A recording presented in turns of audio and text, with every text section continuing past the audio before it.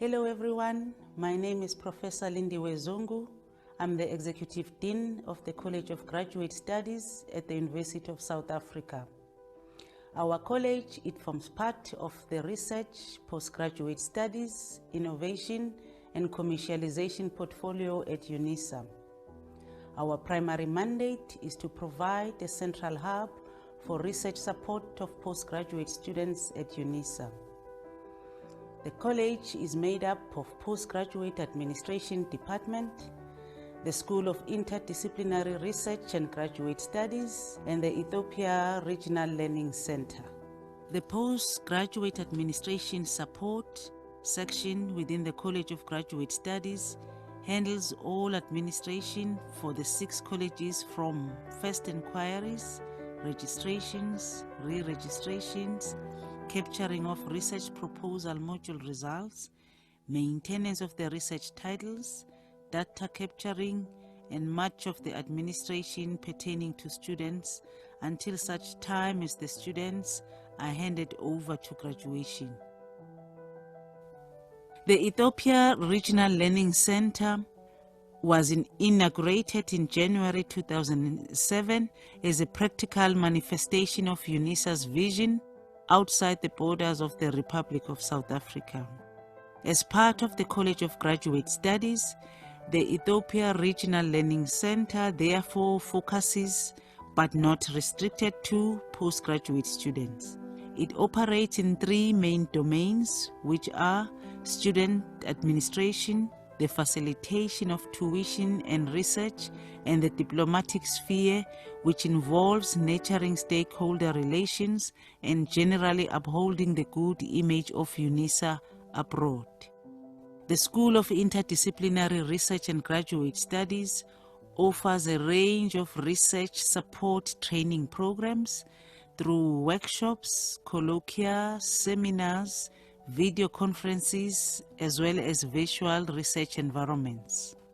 It reaches out to candidates in UNISA's various regional centers, from Gauteng to other provinces in South Africa, as well as to Akaki in Ethiopia. The South African Research Chair in Social Policy is led by Professor Adesina and is designed to significantly expand the scientific research and innovation base of South Africa in a way that supports the implementation of the national research and development policies. The UNESCO UNISA Africa Chair in Nanoscience and Nanotechnology is led by Professor Maza. Its mission and vision is to instigate and coordinate a robust continental human capital mobility programs in nanosciences and nanotechnology through significant capacity building. It is a trilateral synergy which is titled UNESCO UNISA Africa Chair in Nanosciences and Nanotechnology. Please come join the future through lifelong learning at UNISA.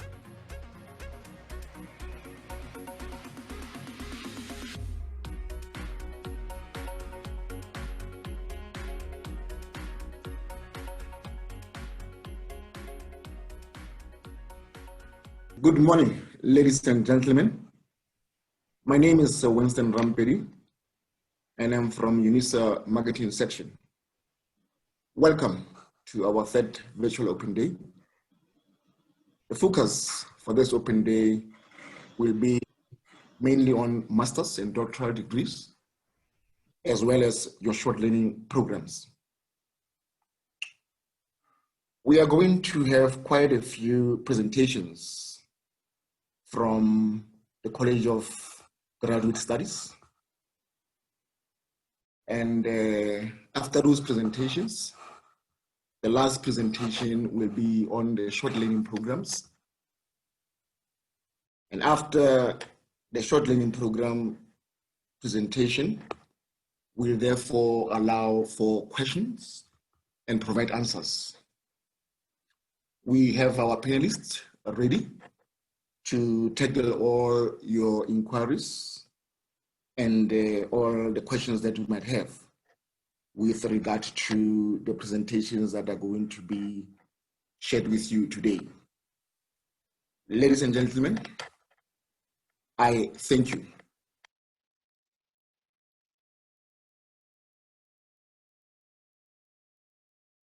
Good day, ladies and gentlemen. My name is Memme Makua. I am at the College of Graduate Studies doing quality assurance and enhancement for the college. I would like to talk about one of the requirements that you are going to meet when you apply to be a master's student or a doctoral student with UNISA. In your application, you will need to meet the criteria that would be set out to say who are you, where do you come from, do you qualify for this qualification or not. But over and above that, there is this research outline which you must have started and saved somewhere so that when you get to this stage, you will be able to just upload the document. The document is going to be available online, and those who have logged on today will be getting the document as well so that they'll be able to prepare themselves. The research outline basically tells us as to what is it that you want to do as supervisors. It provides you a chance to explain and impress the prospective supervisors to say, I understand what I want to do, I understand what I am about to embark on, and I understand research. It will also tell us that you know that you are going to be undertaking research. You will have a title of your research, and you will be knowing exactly when I'm in this discipline, which qualification am I taking. So in your research outline, you will write the title, the qualification, and your contact details.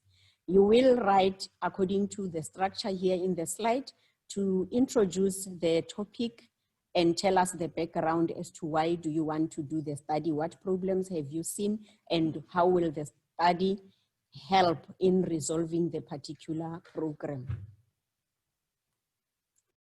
You are expected to do a literature review, study some literature, research books and research articles related to the specific discipline that you are following. And if you read at least 50 of the peer-reviewed articles from the journals that are peer-reviewed within your discipline, you will be able to have enough information to go on writing this research outline. And even if you can be woken up in the middle of the night, a person asks you about which methods are you going to follow, you will be able to explain because you will have gotten the information from the literature review. And the literature review will also help you to lay out the study to say, I am studying this because this is the gap that I have identified from the literature. Basically, from reading, you will be able to tell us your research method, the research paradigm, the procedures that you are going to follow, where are you going to conduct the study with, who is it going to be, people, animals, or plants. You will be able to really tell us, and as to which methods are you going to be embarking on, and the type of research design, as well as the time frame as to how long will it take you to conduct this study to solve the problem that you have identified. Then we also need you to tell us which references have you used, which articles or which books have you consulted in compiling this research outline. Basically, we need to see if you can really write the academic way, not copying other people's work, copying and pasting. Because if you copy and paste, you will not be able to apply the knowledge or apply the information correctly and relevantly to the title of the study that you have chosen. Copying is called plagiarism. That's why we say plagiarism should be prevented at all costs. Because if you plagiarize from your research outline, you are automatically out. We see that you are not intending to work, but you are intending to use other people's work and benefit from it. When you write your research outline, you are expected to use one way or one method of referencing. And we have different referencing styles for the discipline that you want to be researching on. You should go to the library or just get to Google Scholar Research because you are not yet a UNISA student, and type in the thesis or dissertation from the discipline that you want to embark on. And you check from the university, UNISA, to say how do they write their research reports, and read one of the students' dissertations or thesis. Then you will be able to see whether they use Upper, Harvard, or Mendeley, Oxford. You need to budget. Write out a budget to show us that you understand that you are going to need these resources or this equipment for the proposed research project. And you must tell us, how are you going to be funded? Are you going to be self-funded, or are you going to be funded by an employer, or you are going to be funded by an organization? And we will want to know what is it that they expect from the study, because you cannot embark on a commission study for a degree with UNISA. Thank you. My name is Sipho Malefo from the College of Graduate Studies, but from the Masters and Doctoral Administration section. Our department deals with applications for admissions, deals with registrations, deals with examinations until you exit your studies. All right. It is important as a prospective student that before you apply, you familiarize yourself with our information brochure, which is online. On the information brochure, you will realize that we have the admission requirements, the curricula, the duration of your studies, and most importantly, we have the procedures for master's and doctoral studies, which is also inclusive of the policies. So it is important that students go to the website of UNISA, which is www.unisa.ac.za, and familiarize themselves with the information. Of importance is that students meet the minimum admission requirements. Once you have met the requirements, then you can go to the focus areas which are published online and see the type of research that you want to conduct, in which focus area it falls. Once you have done that, then you can start with the process of application. The process of application is like this. For those students who do not have a student number, who have never had any contact with the university before, they must first apply for a student number. Then you go and apply for admission. The application for admission, the process is also outlined in our information brochure. That is where you will be telling us what is it that you intend to research about. That is where you are going to give us the information about your study, your previous qualifications. Now, it is important that you know the documents that are required before you apply. Of importance is that you need to have your identification document. You need to have your academic records, and the academic records, it's only for those students that did not study with UNISA before. UNISA students need not submit the academic transcript, as we will have it in our records. Importantly is that the other document is you need to upload your research outline. And that is one of the critical documents that the university requires, and most students normally do not comply with that. So it is important that you submit the documents in order to avoid your application being rejected. Some departments require the curriculum vitae, and some departments will require some form of a letter that comes from a body, a certain body, for instance, in terms of social work, they will require confirmation of such. So it is important that you familiarize yourself with the type of documents required for your the degree that you'll be applying for. Now, after you have made application, it is important that you know that UNISA is fully online and that we will be communicating with you through your email. On application, we will use your personal email address. However, once you have been admitted, UNISA will require of you to activate your UNISA MyLife address, because that will be the only platform the university will be using to communicate with our students. Once you have been admitted to the degree, it is important that you register.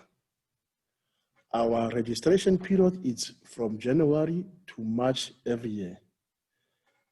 And the one thing that you need to understand is that before you even register, the application process, the application period, it's now ongoing, which started on the 15th of September. It will end on the 6th of November. So that period is only for those that are applying for admission. The one beginning in March one beginning in January and ending in March, it's for those that will be admitted for registration. So it's important that you complete your registration. Also, it's online and you pay every year. You will realize as you have gone through our information brochure prior to application, the composition of our qualifications. Some qualifications, it's structured qualifications where you have modules, a research proposal, and a dissertation, or a thesis for a doctoral degree.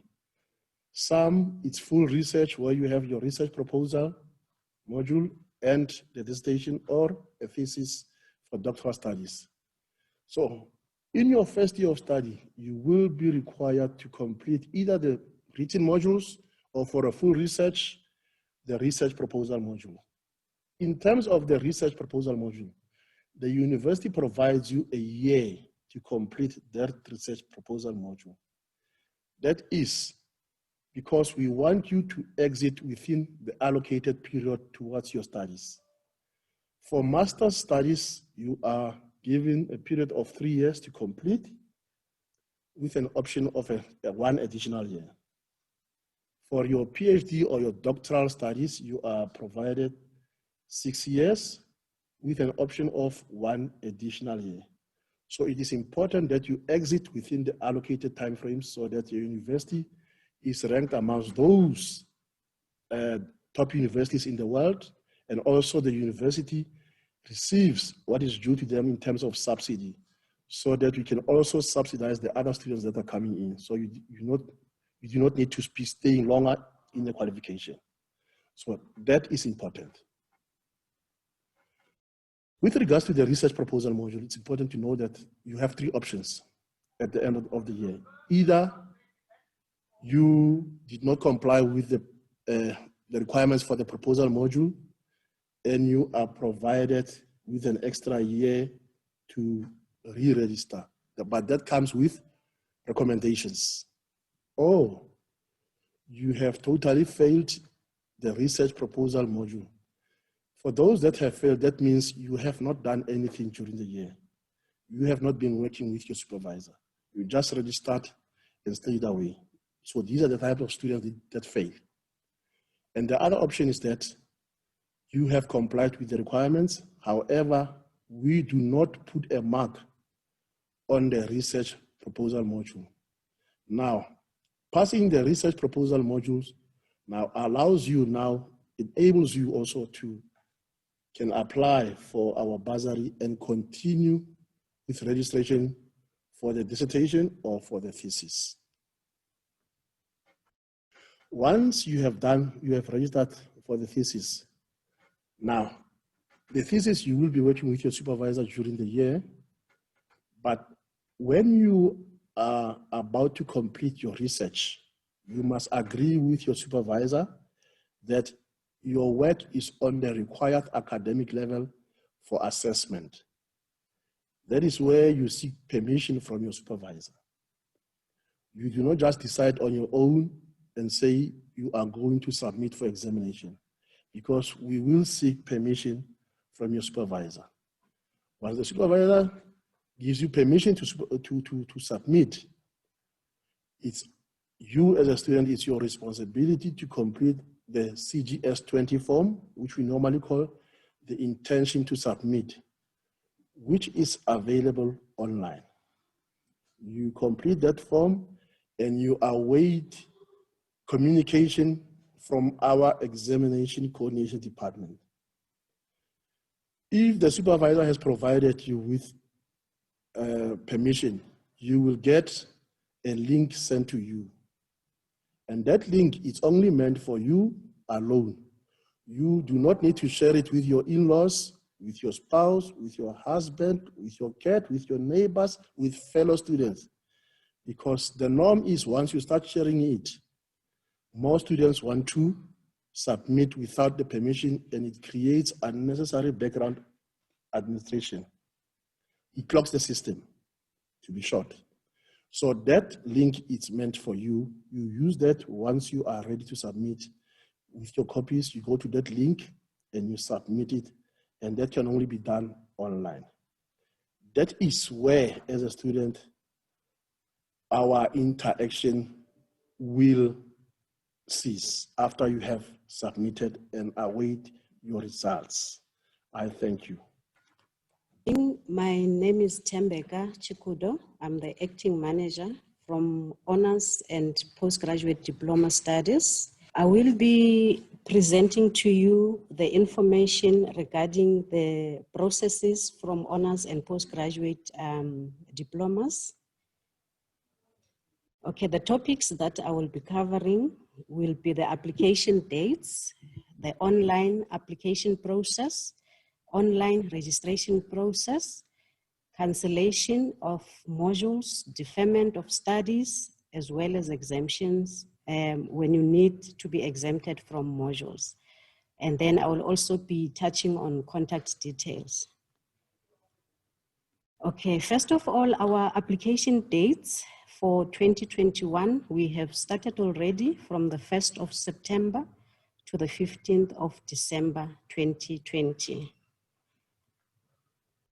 Okay, coming to the application process, our applications are online only. Applications will be evaluated based on the approved admission requirements, and that information is available on our website. And then again, on the availability of spaces, the correspondence to the honors and the postgraduate, it's through the MyLife email address or your personal email if you are a first-time applicant to UNISA. And then you must also accept or decline the offer within 10 working days. If it happens that you are not successful in your application, after receiving your outcome, you may appeal within 10 working days after receiving the outcome. And how do you do that?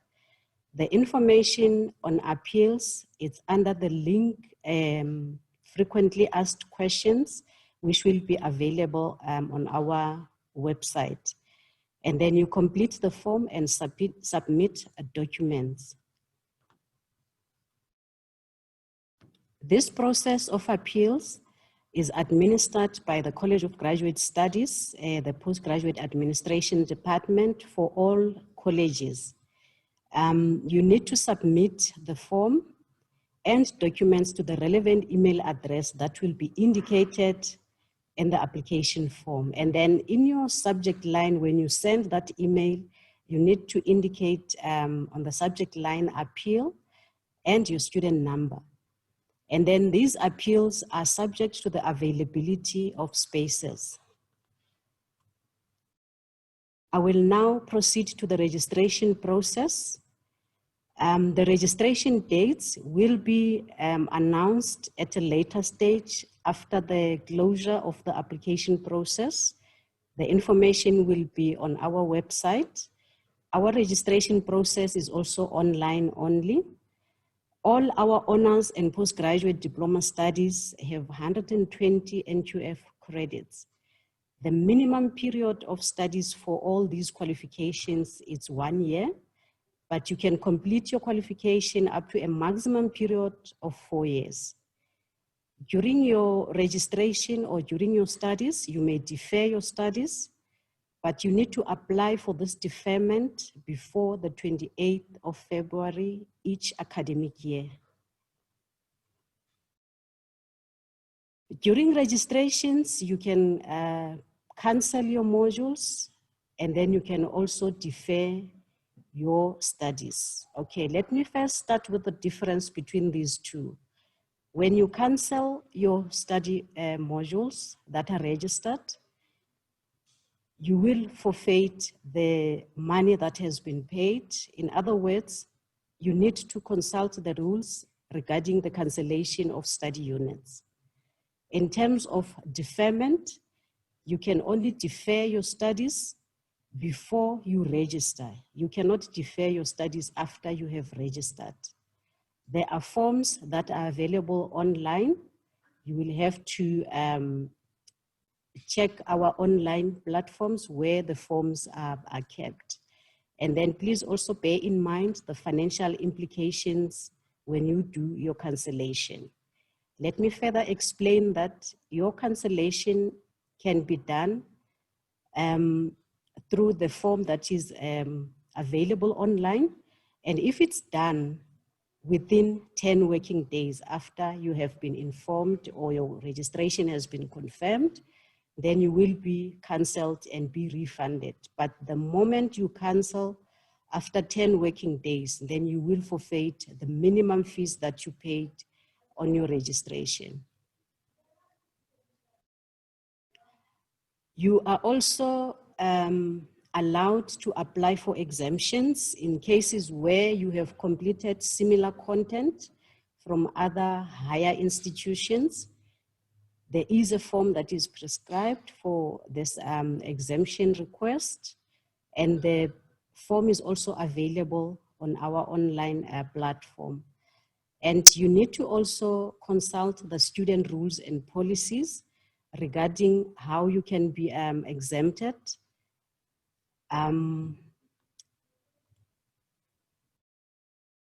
Our contact details, only email to the relevant college. The email address is available. Indicate your student number in the subject line. And please do not copy any other UNISA email addresses in order for your inquiry to be attended swiftly. You may use your MyLife email address to communicate with UNISA, as this email address is the official email address that is acceptable. The email address are as follows. For College of Accounting Sciences, you will find the CAS-ONS at UNISA. That's the email address that you will use for all your accounting science related inquiries. The College of Agriculture and Environment, as well as the College of Science, Engineering and Technology, you can use the Science-ONS at unisa.ac.za. Then the College of Law, you can use Law-ONS at UNISA. The College of Human Sciences, Arts-ONS at UNISA. And then the College of Economic and Management Sciences, you can use Econ-ONS at unisa.ac.za. All these email addresses are available online for you to send your inquiry. That will be all from my side. Thank you very much. Good morning. My name is Tony Nelson Machila. I'm a Research Development and Training Officer in the College of Graduate Studies. Today, I will be sharing the presentation on the research support that is available in the College of Graduate Studies for postgraduate students.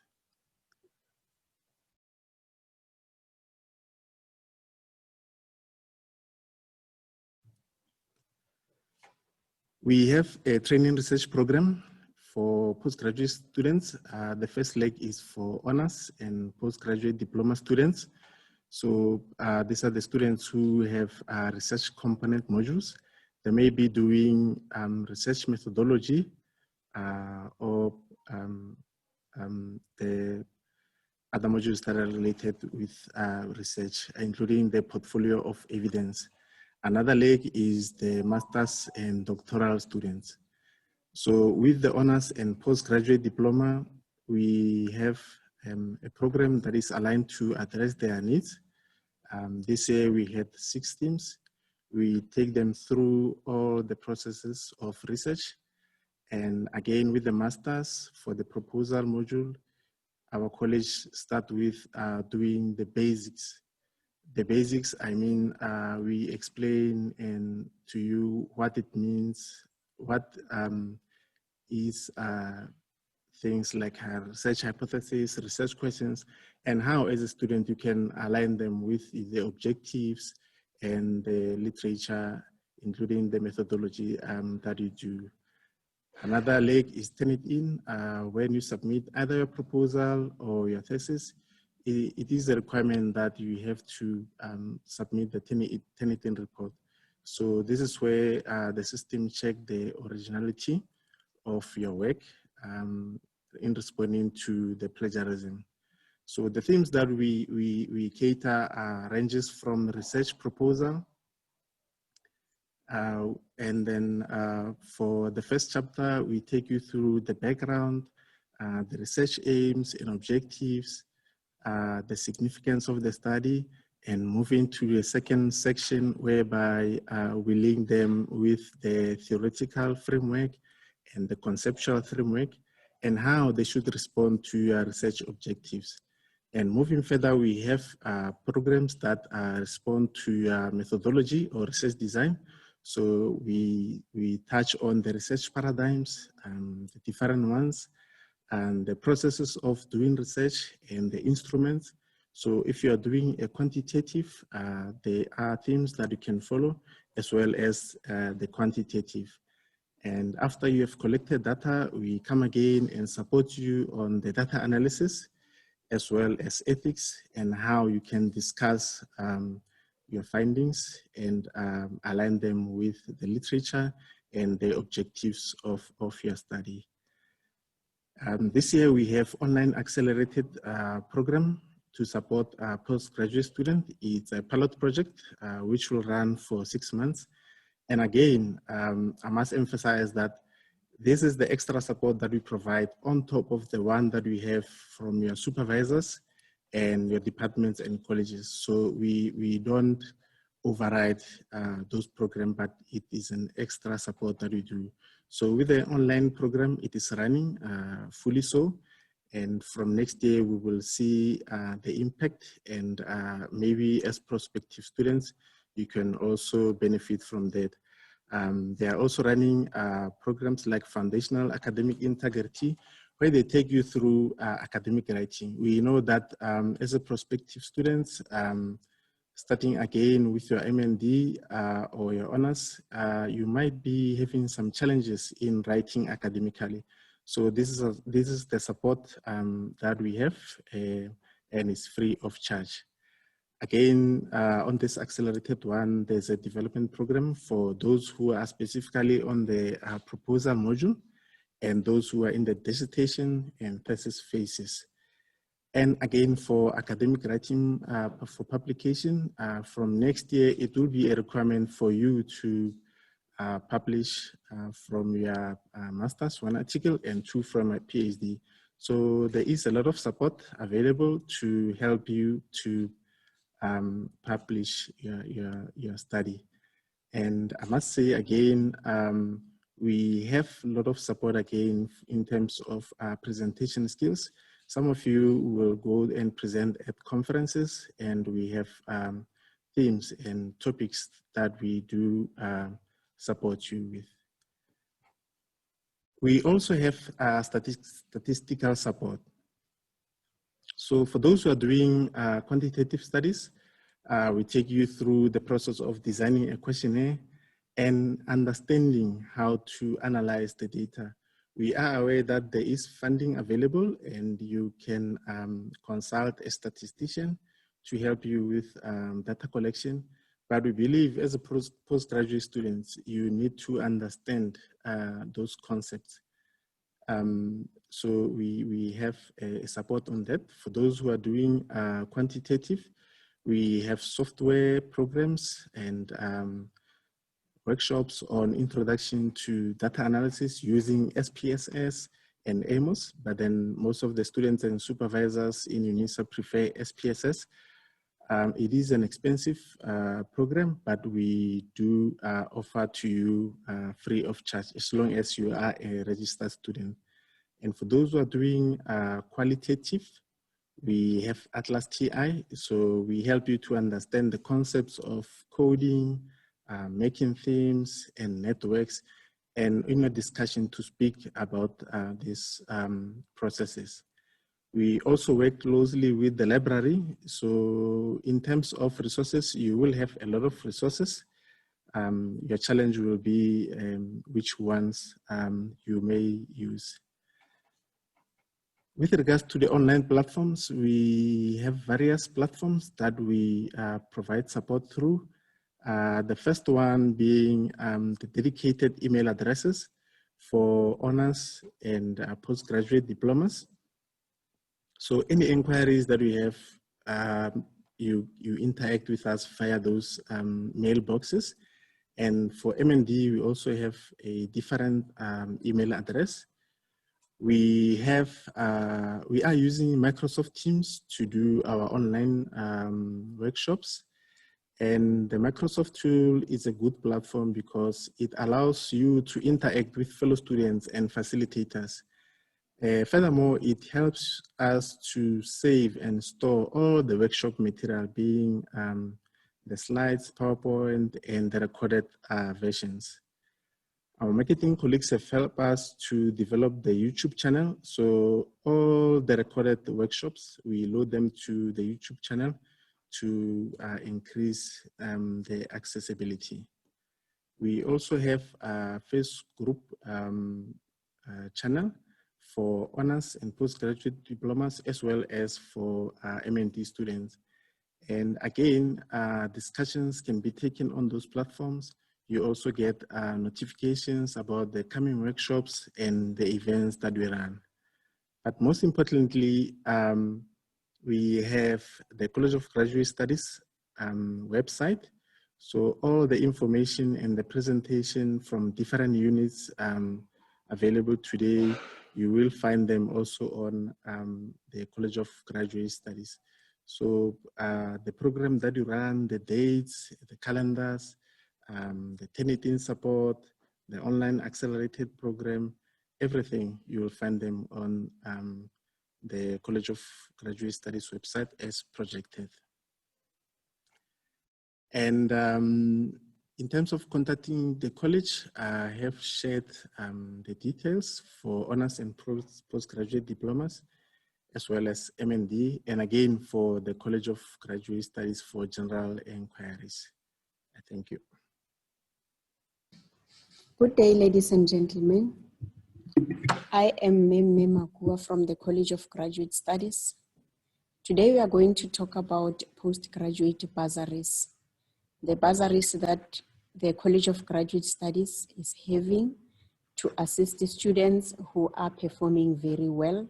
So the bursaries are on merit, and it's for those students who work diligently and who really deserve the bursaries according to the set criteria.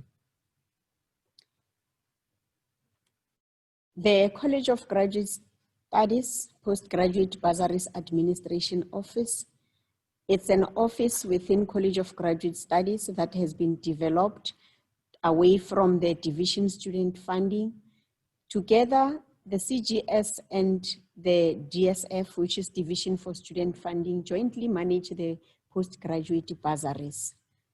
If it were in the olden times, I would say the postgraduate bursaries administration office of CGS is administrating the process of the applications, which is in the previous, it used to be the paperwork, but now it is online. And then the Division Student Funding is managing the finances, which is the financial part. So the College of Graduate Studies established this office of PG Bursaries Administration to administrate together with the DSF, where the DSF will then administer the financial part. The purpose of the postgraduate bursaries is to provide financial support to postgraduate diploma students, honors students, master's and doctoral degree students, depending on eligibility, meeting the set criteria, academic performance, and availability of funds. We have various categories for the postgraduate bursaries, as I mentioned earlier, but then the amounts are as follows. For the postgraduate diplomas and honors, the fees cover the tuition fees for the year. We can't say how much it is because it fluctuates annually. Then the master's by coursework, the money covers tuition fee and essential research resources, and it amounts to 25,000 rands for those that are doing master's by coursework. And those that are doing master's by research, the bursary covers tuition fees and essential research resources limited to 55,000 rands. Then those that are doing doctoral degree by research, the bursary covers tuition fees and essential research activity limited to 80,000 rands. The doctoral experimental bursary, it also covers tuition fee and essential research resources limited to 120,000. So what this means is that the 120,000 or 80,000 or 55 or 25,000, it will be for the duration of the study, not necessarily every year you get 120,000 rands. So if you are at a stage or the research activities for the year are that you are going to buy experiment resources or equipment for your experiments. If you are doing a degree by experimentation, you are going to be claiming for the specific research activities or buying the research equipment, the laboratory equipment, or maybe traveling to collect data or compiling the data collection instruments. You are going to claim just for that. And the following year, if you are at another point where maybe you are analyzing that data which you collected the previous year, you are going to claim from that 120 which was initially approved or 80,000 which was initially approved. You are going to claim the money for the research activities that you will be needing that year. And the supervisor will also attest to the research activities that you are claiming for to say, yes, this student is collecting data and they need transport money, or they need, they are now analyzing the data and they need to pay the statistician, or they need to pay the language editor because they are now finalizing the research report. The PGDs, which are postgraduate diplomas and honors students, we fund them for the duration of the course, which is normally 1 year, but we do have students who are taking half of the modules for the first year and half of the modules during the second year. So as long as you pass your modules, and you can be funded for the remainder of the modules. But we expect you to really be in the system within the allocated time frame, not more than 2 years. Then the master's degree, we fund the students for 2 years after the proposal module, meaning that you get the research bursaries after you passed the proposal module, and you will get the funding for the 2 years, because we are looking at the master's degree being for the 2 years after the proposal module, or if you did within the minimum period, which is 2 years, 1 year proposal, 1 year research activities. It means then the year that you are doing the research activities, if your progress is very good, you are going to claim the full amount for all the activities that you are doing within that year. With the doctoral degrees, the same happens. If after the proposal module, you are progressing very well, you will claim for 2 years, because it will be year 1, which will be the proposal, year 2, which will be the actual research, and year 3 will be the actual research completing. So you are going to be funded for 3 years minimum, but if you progress well, but still you have hurdles in between where you find that maybe you go over the minimum 3 years duration, then you will be funded over those years. You are going to claim from the amount that you had, either 80,000 or the 120,000, but you will be given the balance of the previous years. And you reapply every year for funding, where you have to resubmit a new application and a claim form for the activities of the year. The application requirements are published annually with the advert that will be placed by the marketing department in all our marketing platforms at UNISA. The adverts for 2021, we expect to put them up in the beginning of November 2020 for 2021. The closing dates and everything will be outlined there.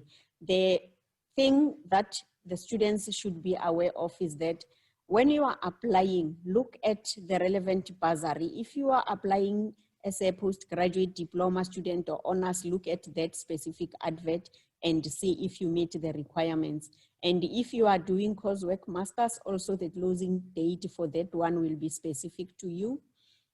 If you are applying for a research masters or research doctoral degree, the dates will also be different and they will be there. Do not apply on a coursework masters if you are doing a research masters. Do not apply on the advert of a new student when you are a returning student, because if you are a returning student, we still know how much did we give you last year. We will not give you more money the following year. Annually, the bursaries are renewed, like I said, for those that are continuing, and they are subject to satisfactory academic progress, the motivation from the supervisor recommending that you can be supported, you can be given the money, your research activities are good, you are progressing very well. And the other aspect that we are looking at is as to the availability of funds. Do we still have the money or not? Thank you.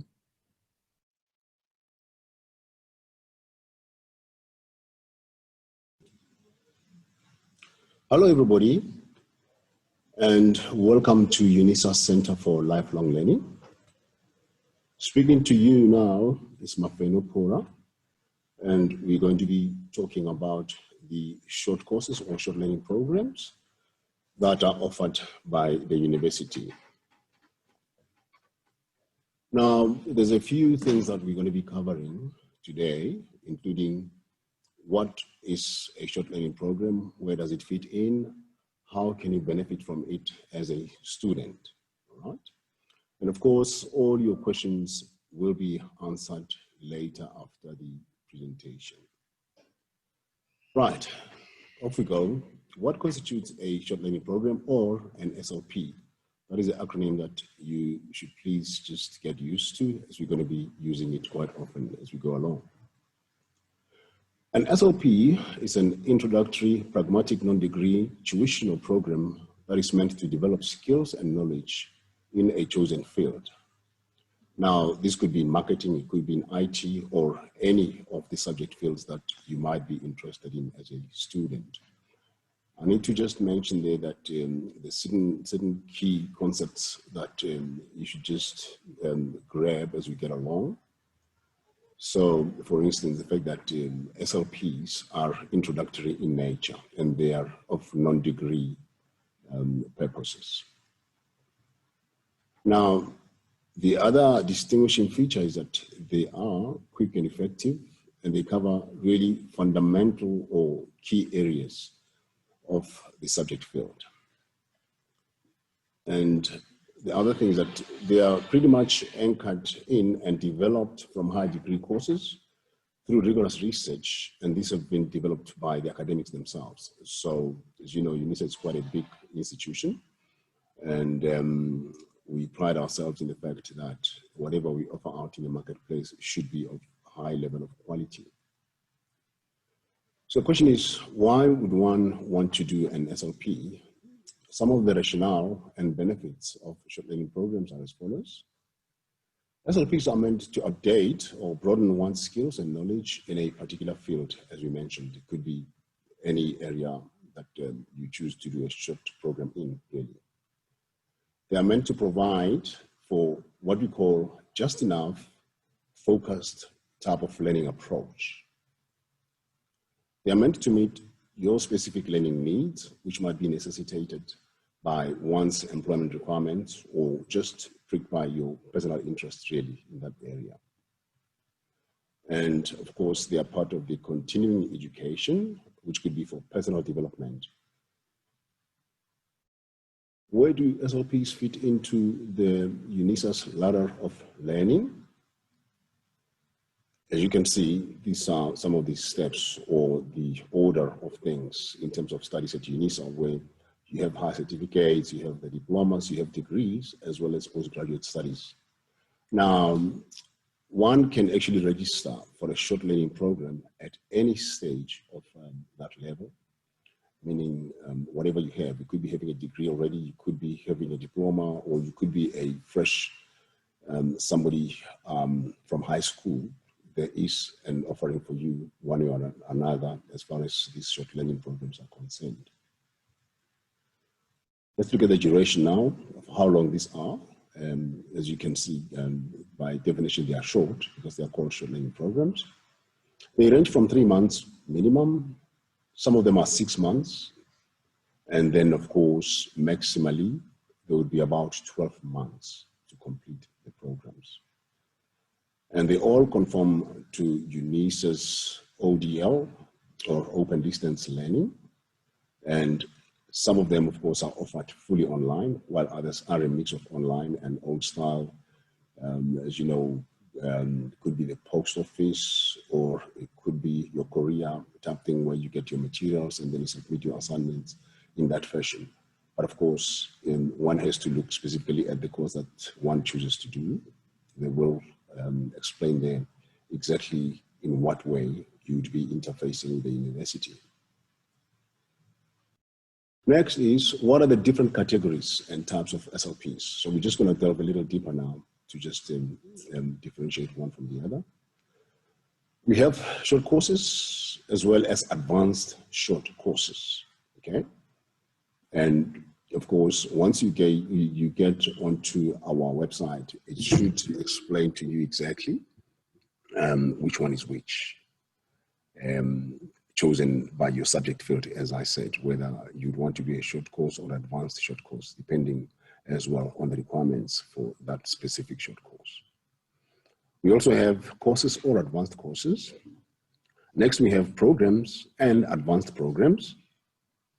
But we also offer workshops and seminars, but these largely are in group format for employers specifically. Say in retail, for instance, if one of the retailers has asked that we should run a workshop for their staff, frontline staff, for instance, then we do such. We've already explained that they are 3 months long, up to 12 months maximum. So who can enroll for these short learning programs and how do we do it? Now, the minimum requirements really would be your matriculation or national senior certificate in the case of South Africans. Of course, if you are outside of South Africa, you would have to have your equivalent of matric, in which case you'd have to undergo the SAQA verification process that will say whether you'd qualify for any of these programs. And of course, invariably, in the case of the advanced programs, some of them actually require post-matric qualifications, roughly at what we call NQF level 6 or higher. And NQF level 6 would be a degree or a postgraduate sort of studies. And yes, you can also get admitted into a program based on what we call RPL process, where they look at your things like your experience and other things in order to put you on the same level as someone who would have obtained their qualifications, say, through the academics. RPL stands for, I think, the prior learning process, something like that. But you can look for that and it'll tell you what that is. Cost considerations. Now, UNISA generally is one of the very affordable institutions in South Africa. And of course, this extends to the short learning programs themselves, in that we are not necessarily a private institution, and therefore we are expected, and in fact, we have a social mandate for affordability, that whoever studies with us should be able to afford the fees that we charge for our programs. And yes, each program does carry its own fee structure, so you'd have to just go to the website and check exactly how much is the one that you would have chosen would set you back by in terms of money. Now, some of our bouquet of programs or repertoire of offering and subject areas, SLPs are spread across all the colleges or the faculties, if one wants to put it that way. For instance, in the accounting studies, agriculture and environmental sciences, economic and management sciences, education, graduate studies, human sciences, law, as well as science, engineering, and technology. These are by and large all our colleges within the university. So you would find a lot of the SLPs also in each of these colleges or faculties. And let's see, the subject areas and departments. So what you find is that within each college, you have a department, for instance. And within that department, you'd find subject areas. Let's take an example. Say within the College of Accounting Studies or College of Economic and Management Sciences or Education, you'll find there are short learning programs in there. Just giving one example by way of department, for instance, in the HR department or in the English Studies department or in mathematics, and drilling further down in the subject area. For instance, in the case of HR, you may want to be, you may want to do your labor relations. And in accounting, you could want to do cost accounting short course or marketing and so forth and so forth. So that is how they actually are laid out from college, as I said, to department to subject area. I hope that makes sense. So in the end, at the exit point, what does one get after studying a short learning program and perhaps qualifying for it? In the end, one gets a UNISA certificate. Of course, that certificate is issued by the Center for Lifelong Learning. And that certificate is something, of course, that adds to one's CV. And it's for yours. I mean, it's for you to keep for the rest of your life. And of course, in certain instances, modules or SLPs actually credited towards formal studies, but one will have to ask for that, okay? And again, there's RPL, again, recognition for prior learning, I think it is, that they will use in order to accredit you, say, if you want to do a degree or a diploma or a higher certificate after having achieved a certificate in a short or a particular short learning program. And yeah, this is pretty much it. So very quickly, for the coming academic year, what are the dates? For a start, that is the link that one can use in order to apply for our short learning programs, which is at www.unisa.ac.za/apply-SLP.